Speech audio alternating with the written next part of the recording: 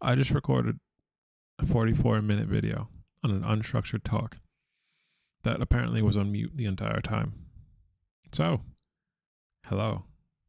Today, we are having the same unstructured talk, but now some sort of structured kind of talk again. Because I really wanted to have that talk out because there were many good things that I spoke in the talk. But now I feel a bit stranded onto how I should even reframe what I said. So I don't even know how to properly speak what truly I was going to say. Though, allow me to collect myself over a sip of coffee and I will bring to you the meat and potatoes of really the talk. In my initial framing, I did actually reference my book, which I was guilty of. And I said, well, I shouldn't look at my book at all because, a true unstructured talk is just kind of things that come off the top of the head because that is just where you find kind of the most mystical yet almost still true knowledge of the world. Though I did add one thing from the book and I still want to alliterate or illustrate that's the word, illustrate this one kind of small sentence, which is order and chaos, the silent frames that mold us day to day. We are framed by the unseen things in the world and the things which are seen. We are framed by essentially how we look at the world and also the hidden things in which we view the world from, but don't actually view the world from, but affect how we view the world from. Another way of this analogy and another kind of like cool way to think about order and chaos just entirely is I reference a video game.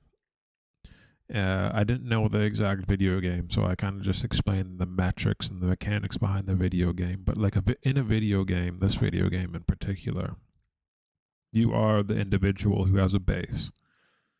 And in this base, you have to willingly confront the chaotic, nature environment of the outside game, which is the interactable game, where you essentially have to go and collect loot and you have to become this separate, kind of like, person essentially, going against other people as well, collecting loot and trying to, gain their things so they can bring it back to their base. And then, ultimately the more you collect out in the world, the stronger your base is, that's the game. But it's another way of viewing order and chaos. Your base is the order. And the order is the things in which you neatly tidy that make sense to you, which is the ranking in the order of the world, in which, it just feels orderly. And the chaos is, well, all the other players trying to get loot and the loot being outside of you, you trying to get it in all the fractured, weird environments you get put into. That is like essentially the chaos, which is, constantly around you, which, disorientates you in a way. Yes. The friction between order and chaos are things which have existed way before our time in civilizations which were still growing to become technologically advanced. Order and chaos was the struggle of evolution, essentially, trying to find ways to combat nature. Maybe not nature, but the things in which oppose nature to flourish. I put clearly in a way in which, if this makes sense to you, then let me just explain it so it does make sense to you. Marcus Aurelius, he wrote Meditations. He was the late Roman emperor of the Roman civilization when it stood. He put forth a notion in one of his meditations in which I read today, and I forget how the quote went exactly, but it was something like, nature holds within itself its own source of creation, And so do we hold our own source of creation within our own selves. And that's almost infinitely so. End of this quote, end of his entry. What I gathered from that quote and from that entry of Marcus is something like, we are everything almost essentially as the world is in of itself, because maybe a better way to say that, we are nature. We are our own creations. We share the same spark of a tree which knows how to learn and grow from its own seed, in which we know and learn and know how to grow from our own hearts, our own self, our own DNA. We somehow have this capacity to grow old and age with time. We act in harmony with nature because nature is the extension of this God given order in which we exist in the world in as. And that inherent order of the world almost, it connects us with the world. And in that muted video, which was 40 minutes long, which I'm not going to lie to you, I'm still a little mad over, though I can pace myself with my temperance. With when what I mentioned in that video, I drew the contrast between how we always tend to associate the outside world, like the video game, with a chaos.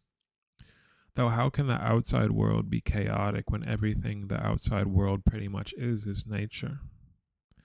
With the certain exceptions to cities, but even cities are built upon trying to predicate, putting nature in the forefront of, like the decoration of the city, because connection with nature is intrinsic to connections within ourselves, and the harmony that exists within good nature, good, just peace with nature, that exists at the level in which we exist in relationship within ourselves. So in this way, order doesn't become something that's so hard to attain, but it becomes more of a deliberate connection within the self that you work with in order to gain the order, or the combativeness against the chaos, to bring order into the chaos, which is the outside world, which we so commonly associate with, craziness. The outside world is crazy, just ridiculous. Insert the voice of an older lad, a gentleman who was, just debacling about the earth. Earth in this mention, in this way, is an extension of us. Order is an extension of not necessarily chaos, but chaos can become order when we put our eye of attention upon chaos and then murk through the murkiness. Maybe murk through the murkiness, probably sift through the murkiness of the chaos and be like, oh, well, we thought this was chaos because somehow we got this notion of this, X.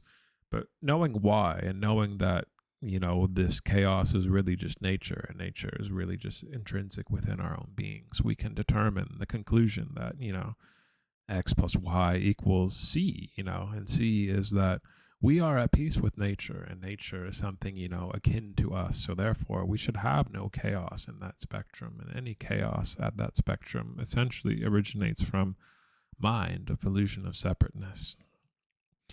Now, that is me being very mathematician to give you a kind of overlay of, this order and chaos, dynamic, but it doesn't extract it any less from being true, being that we do kind of associate chaos in that way with kind of like warping and taking over the order, which actually is our birthright to a certain extent, because it's in our DNA. You can't really take that stuff out unless you pretend it wasn't there in the first place. This is why so many spiritual people of the spiritual community, and just people in general, bring the notions now into the life equation of remembering who you are, of practicing these spiritual practices like mindfulness and, meditation and focused breathing sessions and all of these debacles of being true, of maybe true is a crude way of putting it, but maybe more like connecting back to your true nature. That makes a bit more sense. Of just becoming you, the self, becoming the honed individual who isn't comprised of neurotic societal, neuroses, but more integral, more pure, organic, thoughts and, practices and time of peace, and not filled, with these illusions of ultimately, in the purest and rawest form of what those illusions are, just the chaos of the world. A lot of people who get very, very good at ordering the world become like masters of their own worlds. And those people who can extract even the most highest order out of chaos become sort of these, individuals who, share the likeness of a Buddha, who share the likeness of knowing how to enter these nirvanic states. And also seen in like a lot of spiritualist movements and people who are starting to learn how to hone their, let's say, their power of knowing themselves. They enter this state of knowing what nothingness feels like, because they become one with their illusion of the world, but also their actual identity of self. And it creates this weird situation where they feel complete when there's nothing there, but then when the world starts entering through their ears, or maybe just through their minds, the world kind of starts back up again, and it's like, oh, come on, like, this is happening again. Oh, we got this guy, the neuroses start coming back. Chaos starts creeping back into the mind, because, no matter if you're a master at the world, you can't necessarily run from chaos, an intrinsic, movement of the actual universe, essentially. I'm still salty over that 40-minute lost time of that video, but in that video, in those 40 minutes, I talk briefly just about essentially how to escape the trap of wanting to continually come back into that nothingness, how to escape becoming a nirvana addict, or just becoming, so spiritually attached to wanting to become this orderly state that you forget that you can enter a state that's so blank and so perfect, and which is blank and perfect. And it's like the perfect meditation, or just the most perfect peace, you can have in your life. And you can exclude everyone in your life from that peace, from that state, to find it. And some people do. And I mean, don't get me wrong, feeling those states and being in those spaces are beyond bliss. It's the epitome of probably perhaps life experience. But I mentioned and highlighted in that video that there's like 7, maybe 9 billion people on this earth. We exist with other people. The common reality we all share as individuals, as people, is that we share life with people. And now that you are this person, or even if you don't know these states, still it applies. Like, now that you have this knowledge of the world, of how these things work, how life works, how order works, now you have the ability to, in order to bring order to other people. Highlighting the quote, which I very much love, by Tolkien on Lord of the Rings, is that there's some good in this world, and it's worth fighting for. End of quote. There's some order that you can bring to the world, that you can help establish some, just order, against this chaos, this potential or very apparently hiding or maybe obvious evil. Not to make a distinction between good and evil, but more so just like chaos, these things that swarm you, these things that don't necessarily make apparent sense and aren't really orderly. Like, contrast back to the video game, perhaps other people trying to steal your loot, and you're like, well, why are you trying to steal my loot? Just trying to order my homestead, my base. Like, coming back to that distinction, think about how many other billion people are in these weird orderless states where they have not too much. It's like, now that you know what order is, how can you be the person who helps bring it forth?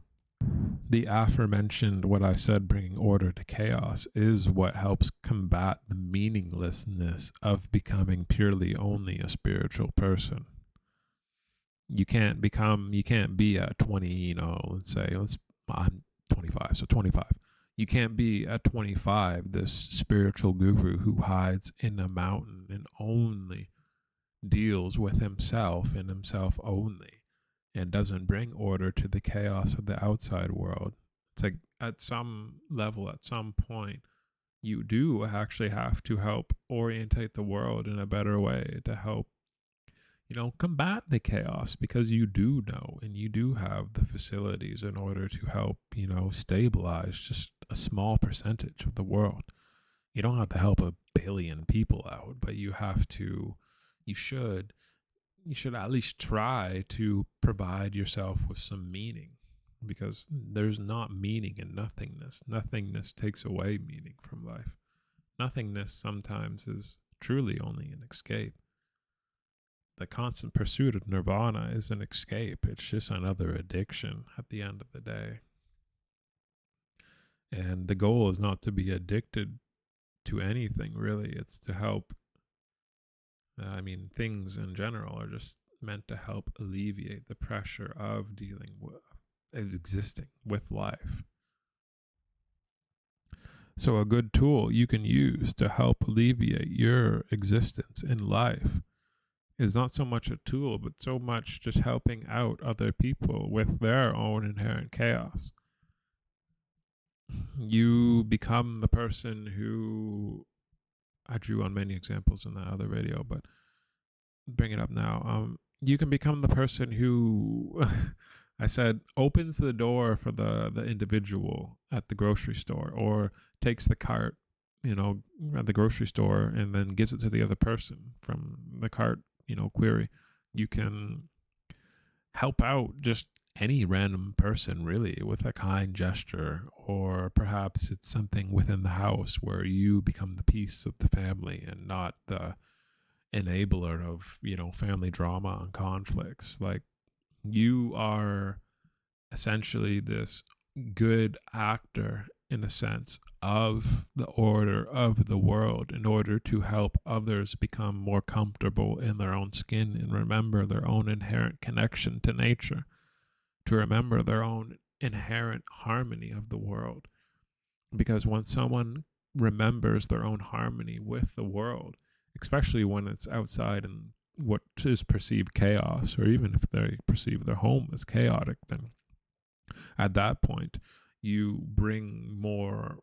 If we're going into religious circles, then you're bringing more heaven into the world. You're bringing more goodness into the world. You're bringing essentially what the creator put into you to other people. And that is not a small thing to do. That is almost, I would like to say, a blessing, that someone can do such things for another person if they do that. So that bringing that peace, that calamity, that tranquility, that equilibrium that you bring to the world creates waves in which can help others. And if you're really exaggerating it and really, putting it out for others, then, you're really making more change.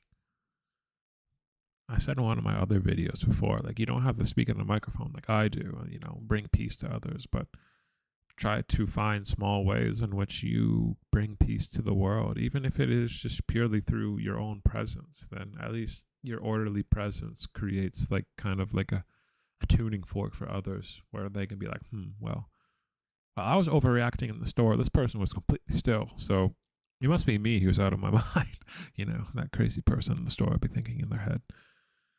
because most of the time in the world, when we're outside in the perceived chaos, it's truly only our minds drawing illusions which create the chaos within the world.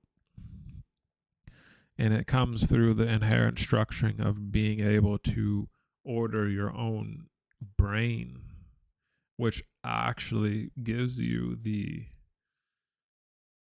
good landscapes of being able to deal with the world.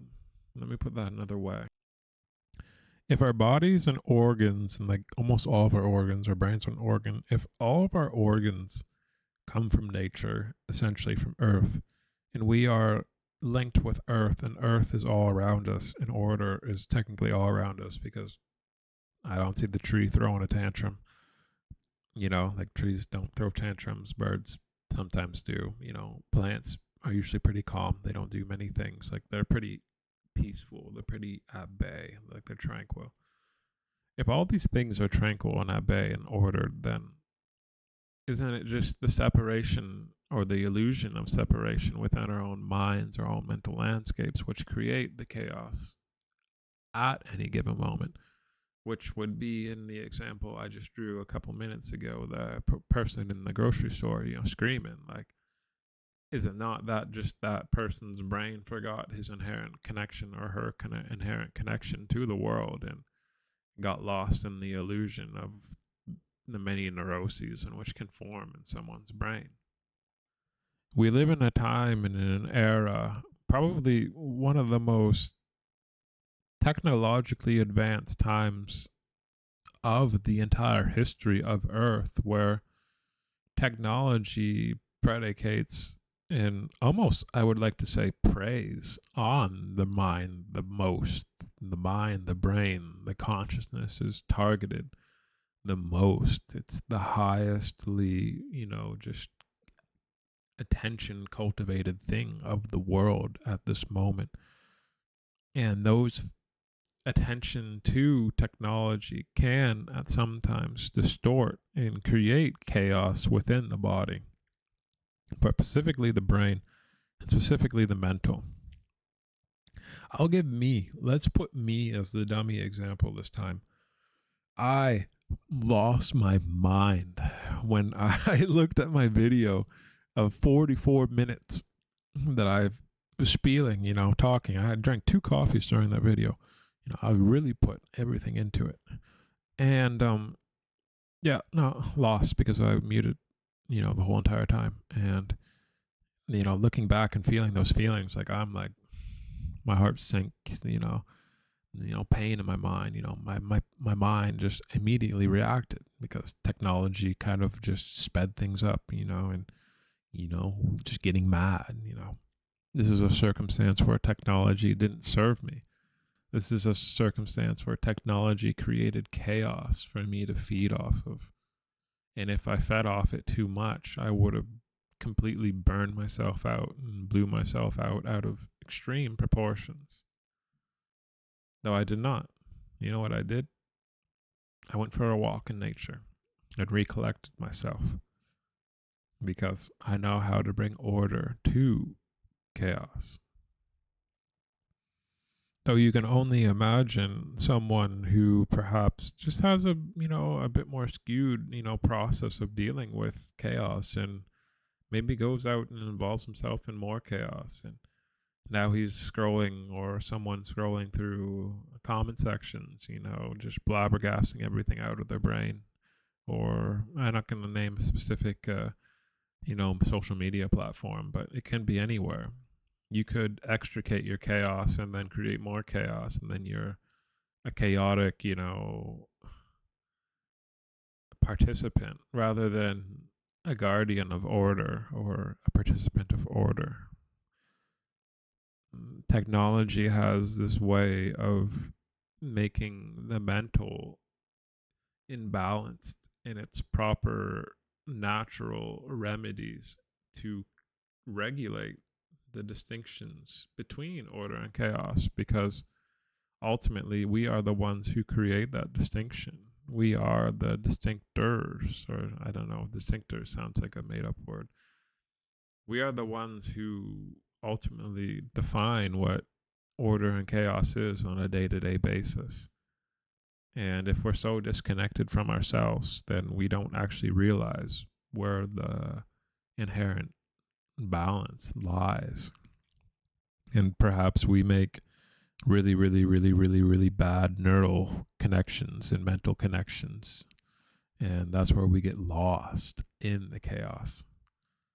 So that's where importance of being very cleanly, like a gardener who weeds out all the weeds from his prized crops.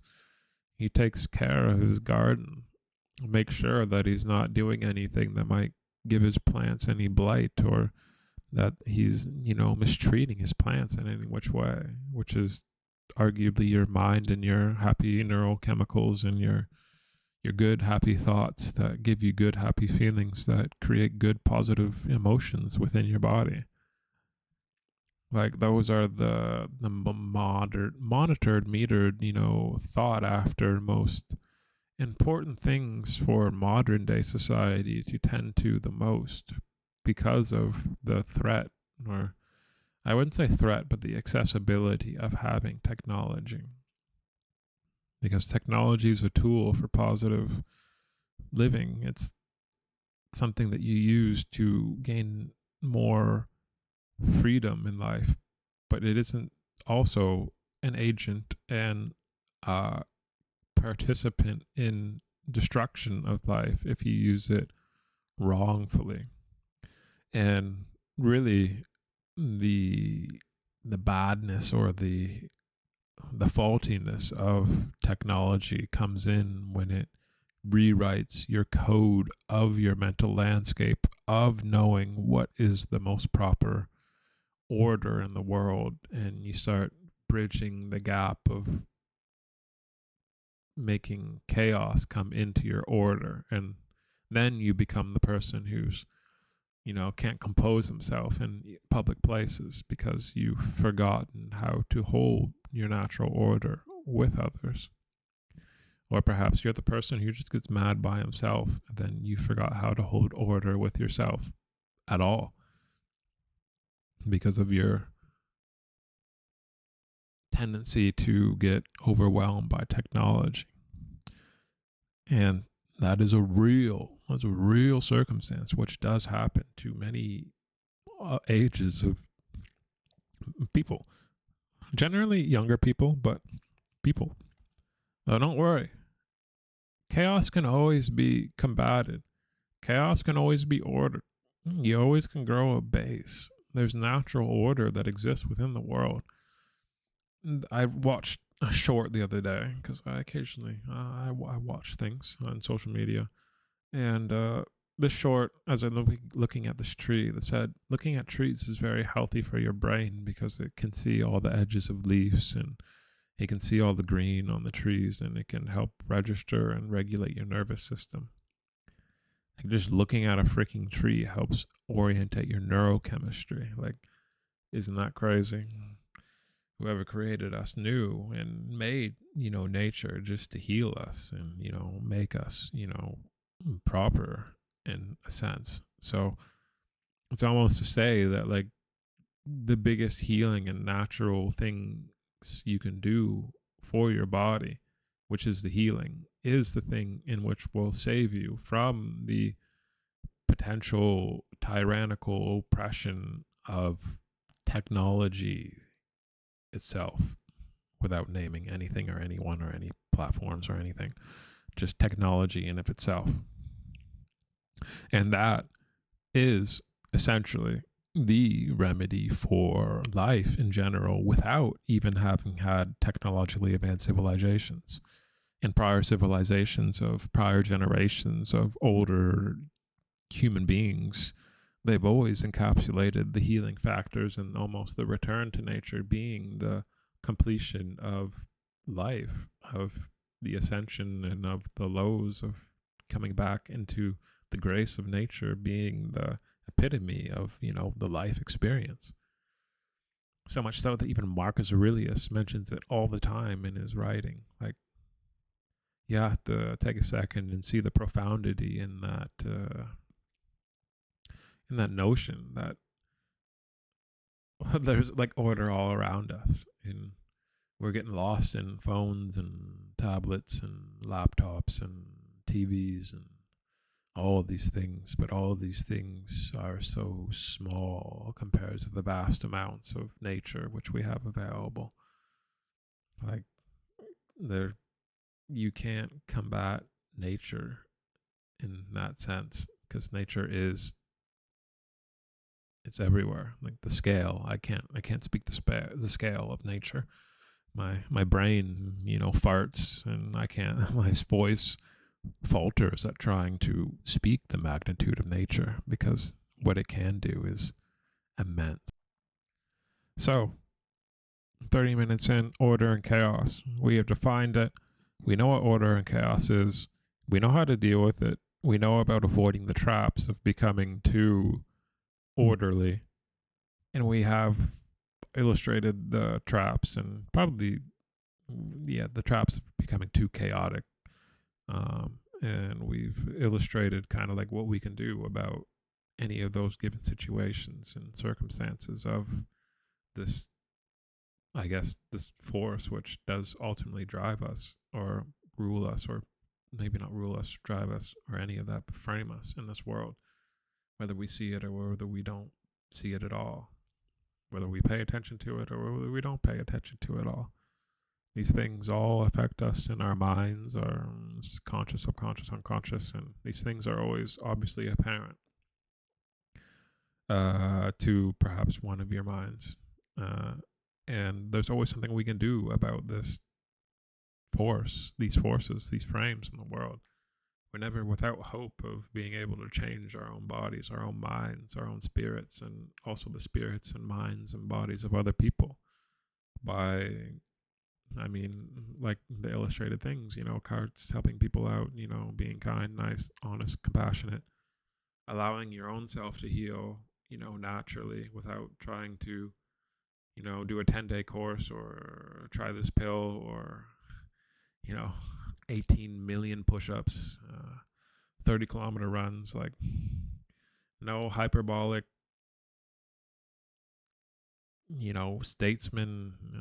Sorry, not statesman. I'm not trying to speak about politicians, but perhaps more something like someone who tries to sell you something.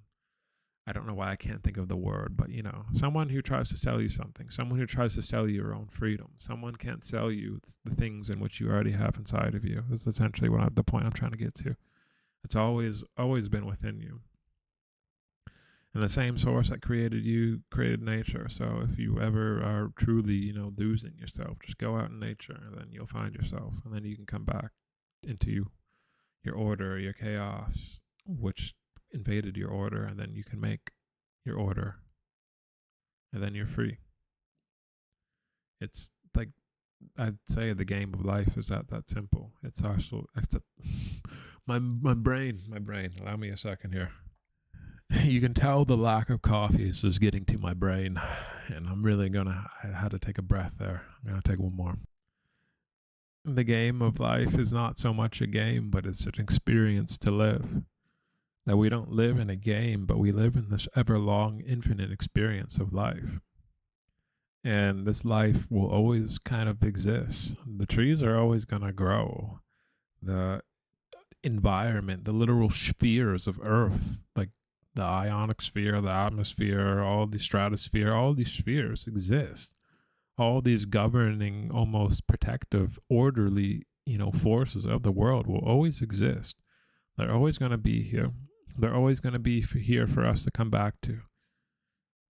Looking at the clouds, even if there's something grounding about the clouds, like look at the cloud, look at nature, look at anything. Though arguably the most grounded naturally things are trees, animals, things of these sorts. But I mean, whatever you have at your disposal is what you have. Maybe you don't have trees. Maybe you have nice desert dirt.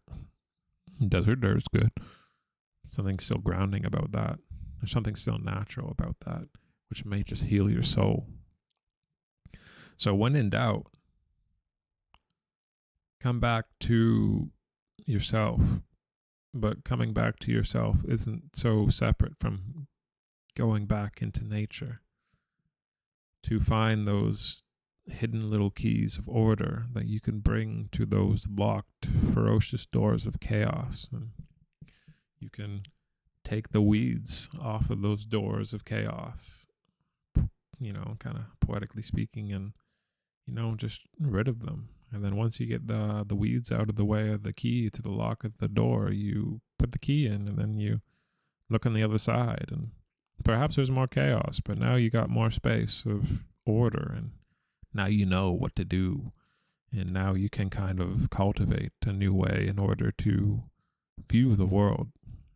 And that is something that not even millions of dollars can buy. $1 million can buy you the most nicest sports car. Perhaps you view the world better, but what is that car really going to give you? Only but more gas bills, and try buying oil for $1 million car. I mean, it's not cheap. I can tell you that right now. Imagine you understanding that you don't need anything other than your own comfort of your own self. Because that is the regulation. That is the car, essentially. You are your own order.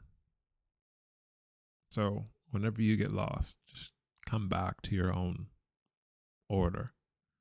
Don't drift in the chaos too long, because chaos will never truly be your home in earth. Your home is always going to be your grounded self who realizes who you are, that there are just strangeness, that things that come around you that will ultimately always come at you, but you always, you always have the tools to combat it, to learn from it, and to be ultimately your best self. Oh, that was a lot of talking. Thank you for being here and listening. If you've listened for this long, this video is kind of a dud because I've done another nearly 40-minute video and I'm like extremely kind of like worded out.